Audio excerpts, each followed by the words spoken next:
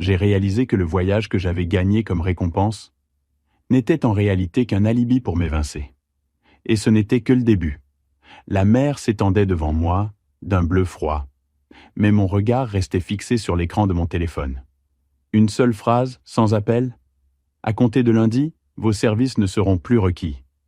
Pas d'appel, pas de rendez-vous, rien qu'un message sec, lâché comme une gifle. Autour de moi, les rires fusaient. Le tournoi de golf des cadres européens battait son plein, sponsorisé par la société à laquelle j'avais donné 15 ans de ma vie. Un serveur passa avec des coupes de champagne. J'écartai la main. « Quelque chose ne va pas ?» demanda Sophie, responsable marketing, avec ce sourire poli qui masque autre chose. « Non, tout va bien, répondis-je.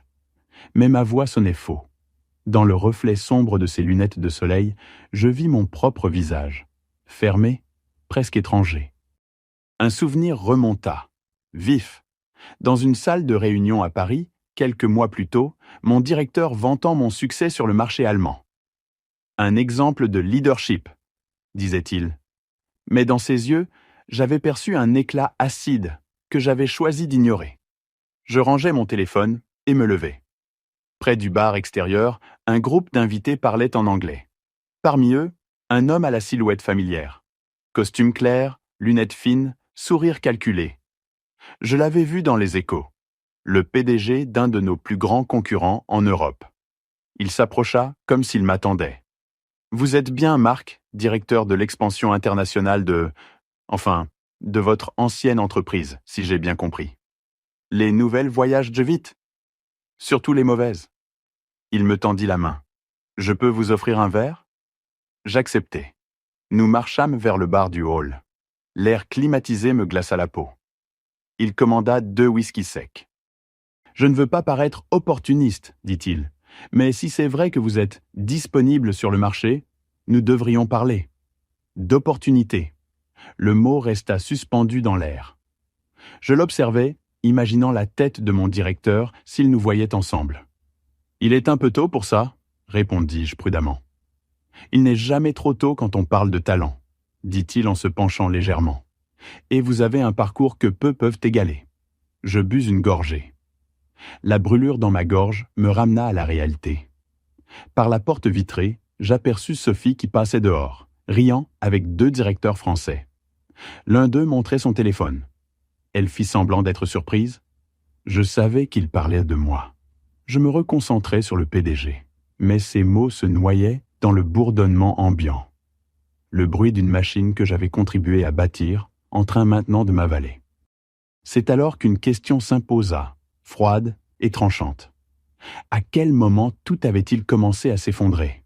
J'ai commencé à chercher dans ma mémoire le moment exact où tout avait commencé à se fissurer. Mais il n'y en avait pas. Juste une suite de signes discrets, que j'avais refusé de voir. Le lendemain matin, je me suis levé tôt, bien avant que mon téléphone ne vibre. La mer, encore grise, semblait retenir son souffle. Je marchais pieds nus sur le sable, espérant que l'air salin efface le goût amer de la veille. Mais chaque pas ramenait des éclats de souvenirs. L'un d'eux, le jour où mon équipe avait conclu le contrat avec le consortium allemand. Dans la salle, des sourires, des félicitations, des verres qui s'entrechoquaient. Lui, mon directeur, m'avait serré la main devant tout le monde. Plus tard, à l'écart, il m'avait dit « Excellent travail, Marc. Mais il faut veiller à ce que ça ne paraisse pas être votre projet. C'est un succès collectif, n'est-ce pas ?» Sur le moment, j'avais trouvé ça normal. Aujourd'hui, j'entends le sous-entendu. En revenant au complexe hôtelier, j'aperçus un groupe près de la piscine. Sophie était là, avec 2 cadres français. Ils prétendaient suivre le tournoi, mais chuchotaient en jetant des coups d'œil furtifs dans ma direction. L'un d'eux, Antoine, filmait discrètement avec son téléphone. Des images pour alimenter une rumeur, sans doute. Je traversai le hall. Le PDG concurrent était installé dans un fauteuil, tablette à la main. En me voyant, il leva les yeux. « Vous avez mal dormi ? » ?»« Pas vraiment. J'imagine. »« J'ai entendu des remarques hier soir. Apparemment, votre départ fait déjà le tour des couloirs. » Je ne répondis pas. Une sensation étrange me gagnait. Un mélange de colère et de curiosité. Depuis combien de temps préparait-il ce coup ? Je pris un taxi pour le centre-ville. Dans un petit café, je me connectais à ma messagerie professionnelle, toujours active pour l'instant. Je relus les échanges avec le directeur. Au fil des mois, son ton avait changé, de l'enthousiasme initial à une froideur polie, puis à des ordres brefs, impersonnels. Le tournant coïncidait avec ma première interview dans un média économique européen. Dans cette photo, je figurais seul. Un autre souvenir s'imposa. Une réunion avec des investisseurs où j'avais évoqué des partenariats possibles en Allemagne. Il avait souri devant la table, mais ses doigts tapaient nerveusement sur la coudoir. Sur le moment, j'avais cru à de l'impatience. Maintenant, je savais que c'était autre chose. En quittant le café, mon téléphone vibra. Message d'un numéro inconnu. Il fête déjà votre départ. Il dit que vous n'avez jamais été aussi indispensable que vous le pensiez. Pas de signature. Mais pas besoin. J'étais face à un choix. Continuer à croire qu'il s'agissait d'une maladresse ou accepter que tout était calculé. La première option s'effritait à chaque minute. Le soir, le PDG concurrent m'invita à dîner. Je déclinai. Ce n'était pas encore le moment d'agir. J'avais besoin de comprendre l'ensemble du piège avant de poser ma première pièce. La mer était calme ce soir-là, mais ma tête, elle, grondait. Je ne pensais plus au pourquoi. La vraie question, désormais, était « qu'avait-il réellement à gagner en me supprimant de l'équation ?» J'ai commencé à voir la situation comme un échiquier. S'il m'avait retiré de la partie, c'était pour occuper ma case, ou y placer quelqu'un de plus docile. La seule façon de comprendre était de bouger moi-même quelques pièces, sans qu'il s'en aperçoive. Le lendemain, je suis resté dans l'ombre, observant comme un invité invisible. Dans les couloirs, Sophie parlait bas avec Antoine, leur tête penchée au-dessus d'un téléphone. 2 directeurs espagnols baissaient la voix quand je passais. Le chef des RH évitait ostensiblement mon regard. La version officielle de mon départ circulait déjà, façonnée pour servir ses intérêts. Assis au bar extérieur, un espresso devant moi, j'ai ouvert mon ordinateur portable. Mon accès à la messagerie était encore actif, mais plus pour longtemps. J'ai fouillé dans les archives. Comptes rendus, invitations, documents internes. Un fichier attira mon attention. Un mémo confidentiel daté de 2 mois évoquant la cession de notre filiale européenne à un groupe ibérique. Mon nom n'y figurait pas, malgré ma responsabilité directe sur ce marché. Mon pouls s'accéléra. Tout prenait sens. M'écarter, c'était éliminer un obstacle aux négociations. En fin d'après-midi, je croisai le PDG concurrent dans le hall. « Marc, dit-il à voix basse, je sais que c'est tôt, mais j'ai une proposition. Je vous écoute. Votre société s'apprête à vendre l'Europe. Vous avez les contacts pour rendre cette vente impossible. Ou très coûteuse. Je le fixais. C'était un test. Et vous, qui gagnez-vous ? Une expansion solide en Europe et le plaisir de voir un certain directeur rater sa grande manœuvre. Je ne répondis pas et quittai le hall. Mais pour la première fois, j'imaginais sérieusement un contre-coup. Le soir, sur la terrasse de ma chambre, j'appelai Claire, ancienne collègue devenue avocate en droit des affaires. Je lui livrai une partie de l'histoire. « Marc, si cette vente est en cours, toute intervention de votre part pourrait être vue comme de la concurrence déloyale. Et si c'en est une ? Silence. Alors il vous faut des preuves. Et un plan solide. Des preuves. Oui. Je repris mes recherches. Pas d'email direct liant le directeur au groupe ibérique, mais une série d'invitations à des réunions privées coïncidant avec des déplacements qu'il m'avait demandé d'annuler. Plus je recoupais les dates, plus la logique apparaissait. Il m'avait méthodiquement isolé de chaque décision stratégique. Je refermais l'ordinateur. Une autre vérité se dessinait. Je possédais encore un atout qu'il ne pouvait pas effacer. Ma réputation et mon réseau. Des clients, des partenaires, des fournisseurs qui savaient que je tenais toujours parole. Et si je le voulais, je pouvais les emmener avec moi. Dans le miroir, je vis un homme marqué par les nuits blanches, mais avec un éclat nouveau dans les yeux. Un éclat de calcul. Avant d'éteindre, j'envoyais un message au PDG concurrent. « Nous devons parler, j'ai une idée. » À ce moment précis, je n'étais plus en train de subir. Je commençais à jouer ma propre partie. Le matin suivant, je m'étais levé avec l'impression que la partie m'appartenait enfin. jusqu'à ce que le premier coup bas tombe. Au petit déjeuner, les conversations se coupaient net à mon passage. Dans le fond de la salle, Sophie et Antoine étaient attablés avec 2 cadres espagnols. L'un d'eux tenait une tablette, riait, puis me jetait des regards appuyés. Je décidai de les ignorer, mais alors que je me servais au buffet, Sophie lança d'une voix trop forte « C'est triste de voir quelqu'un gâcher autant de potentiel. Juste par orgueil. » Mon poignet se figea. « Tu parles de moi ?» demandai-je calmement en me tournant. « Si tu le prends pour toi, » répondit-elle avec un sourire acéré. Autour, les couverts cliquetaient plus vite, les regards se baissaient. Je reposai mon assiette et retournai m'asseoir, avalant l'humiliation comme un poison. Toute la matinée, je fouillais dans mes dossiers numériques, cherchant un lien clair entre ma mise à l'écart et la vente. Rien. Les traces étaient effacées avec une précision clinique. En début d'après-midi, Claire m'appela. J'ai parlé à un contact dans le groupe ibérique. La signature est prévue dans 8 jours. 8 jours. Oui. Si tu veux bouger, c'est maintenant. 8 jours. Un temps dérisoire pour bâtir une contre-offensive. Plus tard, je retrouvai le PDG concurrent dans le hall. Il avait apporté un contrat préliminaire. Salaire, prime, autonomie totale. Mais une clause me glaça.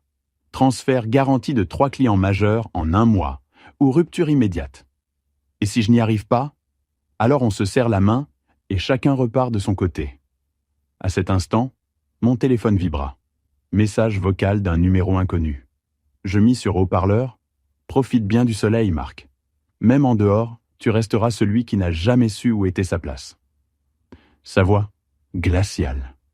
Le PDG concurrent me regarda, impassible, mais je vis dans ses yeux que ces mots avaient enfoncé un coin dans son propre intérêt. Le soir, je sortis seul marcher sur la plage. Le vent salé me fouettait le visage.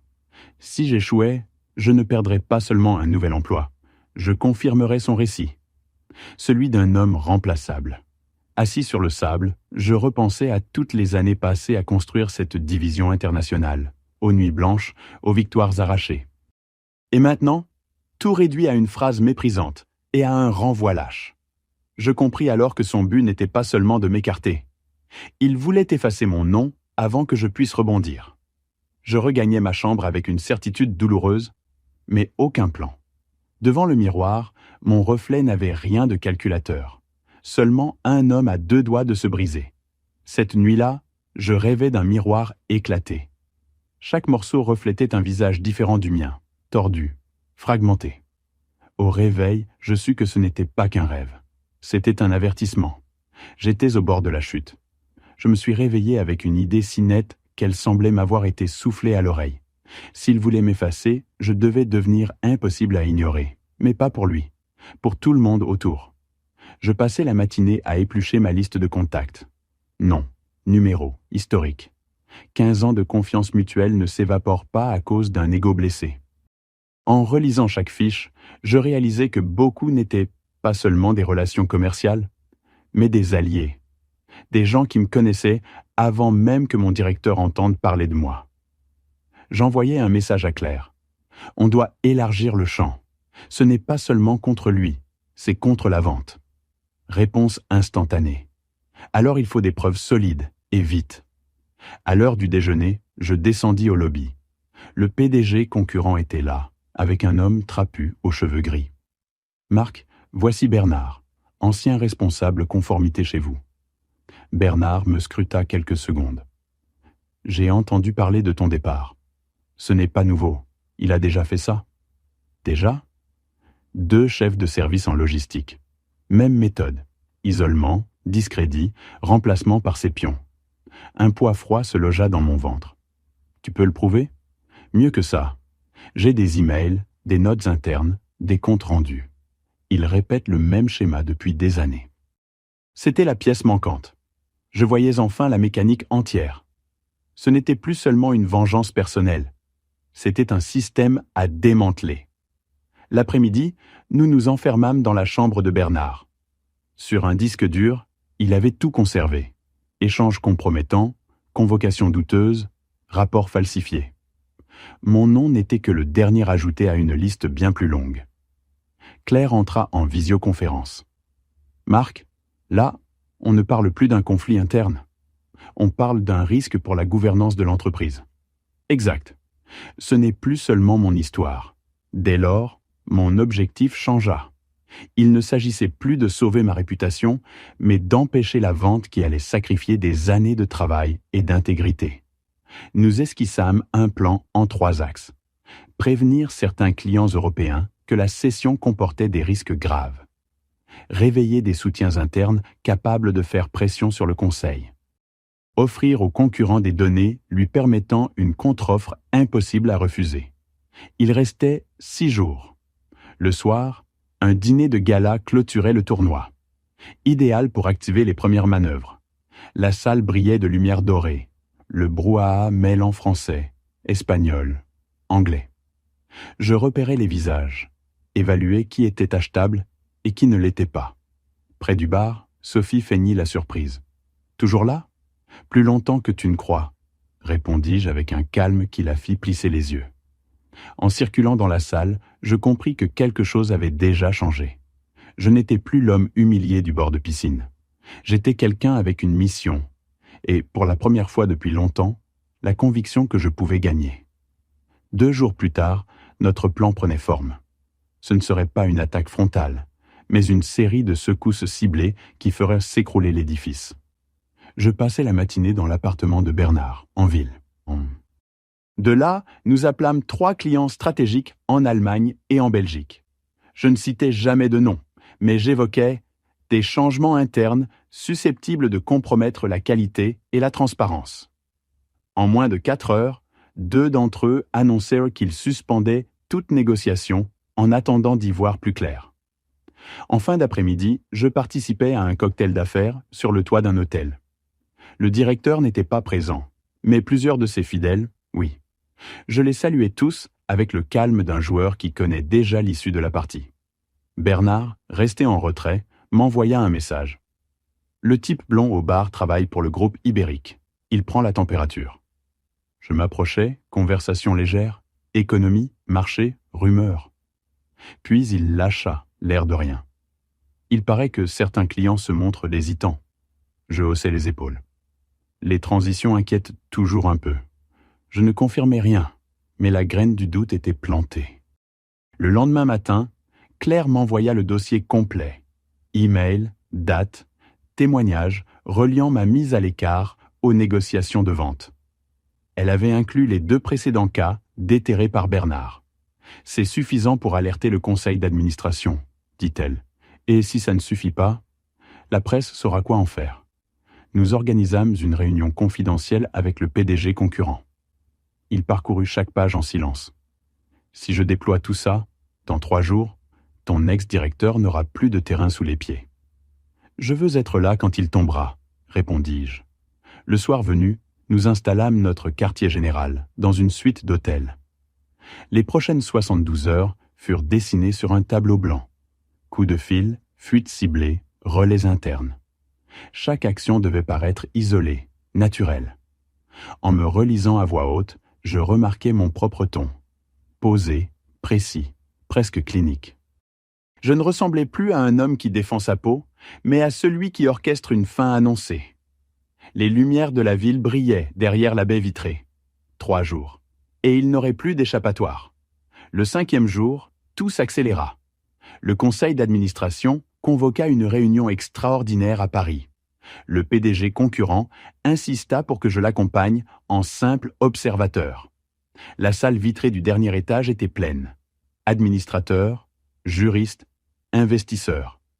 Il entra le dernier, sûr de lui. Costume impeccable, sourire figé. Son regard tomba sur moi, assis dans un coin. « Qu'est-ce qu'il fait ici ?»« Il écoute », répondit un administrateur. Les dossiers furent distribués. Page après page, les preuves défilaient. Échanges, dates, montage, manipulation. Il tenta d'interrompre, de contester, d'accuser. Mais quand une administratrice lut à voix haute un extrait d'un de ses emails, « Marc ne sera plus un problème une fois la vente conclue », un silence lourd s'abattit. Derrière la paroi vitrée, Des employés s'étaient arrêtés, observant. Des murmures, quelques téléphones filmant discrètement. L'affaire se répandait déjà dans les couloirs comme une traînée de poudre. « C'est une machination !» cria-t-il, la voix brisée. Personne ne répondit. Le président du conseil annonça un vote immédiat sur son maintien. Je ne restais pas pour connaître le résultat. Je me levai, traversai le couloir sous les regards et sortis du bâtiment. Pas de triomphe public, mais je savais qu'il ne reprendrait jamais le contrôle. 3 jours plus tard, j'étais assis dans mon nouveau bureau, au 28e étage, vue panoramique sur la Seine et les toits de Paris. Le contrat avec le concurrent était signé. 2 clients majeurs avaient déjà transféré leurs comptes, d'autres attendaient le moment opportun. Les journaux parlèrent de son départ comme d'une chute brutale d'une figure du secteur. Sur mon téléphone, une notification, message non lu. C'était lui. Une seule phrase. « J'espère que tu es satisfait. » Je supprimais sans répondre. Le bruit lointain de la circulation se mêlait au souffle discret de la climatisation. Sur la table, une enveloppe contenant mes nouvelles cartes de visite. J'en pris une, la fis tourner entre mes doigts, puis la glissai dans ma poche. La porte s'ouvrit. Le PDG entra, posa un café devant moi et désigna la vue. Magnifique, non ? J'acquiesçai. Quand je fus seul, je m'avançai jusqu'à la vitre. Paris s'étendait, indifférente à ce que nous venions de faire. Je fermai les yeux un instant. Le vent chaud de juillet effleurait la façade. Et je laissai le silence être ma seule réponse.